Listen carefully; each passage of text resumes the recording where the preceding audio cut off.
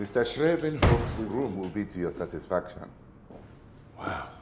Ah, yes, and the view is second to none. It's magnificent. We open up with a man that's getting his PhD at LSE in economics and is going to go into the private sector most likely and make a fortune. And yet he sees the towers hit by the planes, he sees them go down, and in a moment makes a absolute beeline towards a different life, towards a selfless life, and one that serves a greater good. And it's a story that I think is reflective of what many people did and felt after 9/11. And I think it's also important that it's a man that serves that's not extra special. He's not extraordinary. He's certainly really intelligent, but there are a bunch of intelligent people out there. He's not James Bond.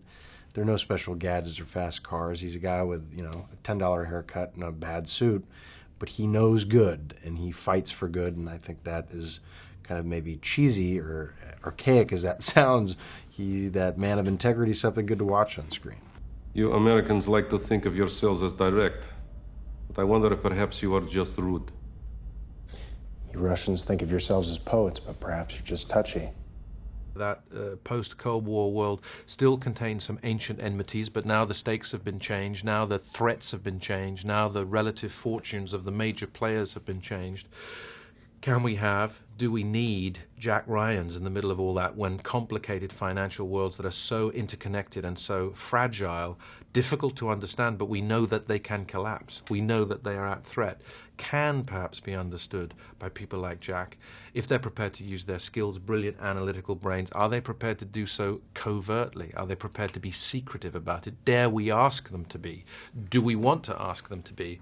And if we do, what does it make for that particular individual? What is it like to be a Jack Ryan, lying to your partner, lying to your work colleagues, and possibly, as we see here, risking life and limb for ruthless individuals who aren't going to stop at death and destruction. So it felt as though the sort of classic DNA of, in this case, Russia versus America, and a new kind of still thinking, still considered, still civilized, still decent Jack Ryan could actually live pretty interestingly in the 21st century.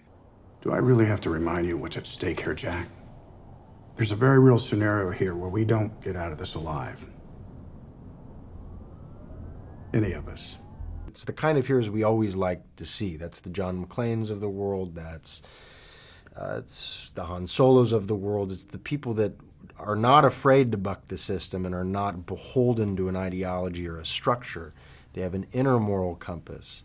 They have a strict adherence to that individualism that makes them brave, that makes them very brave, that they're willing to go up against formidable opponents, even if the people are telling them that they're wrong. That is what is interesting, especially now about 2014. It is a very murky world, and the demarcation between good and bad is blurred. And I don't think it has much to do with, countries or flags or all that. It's a different world.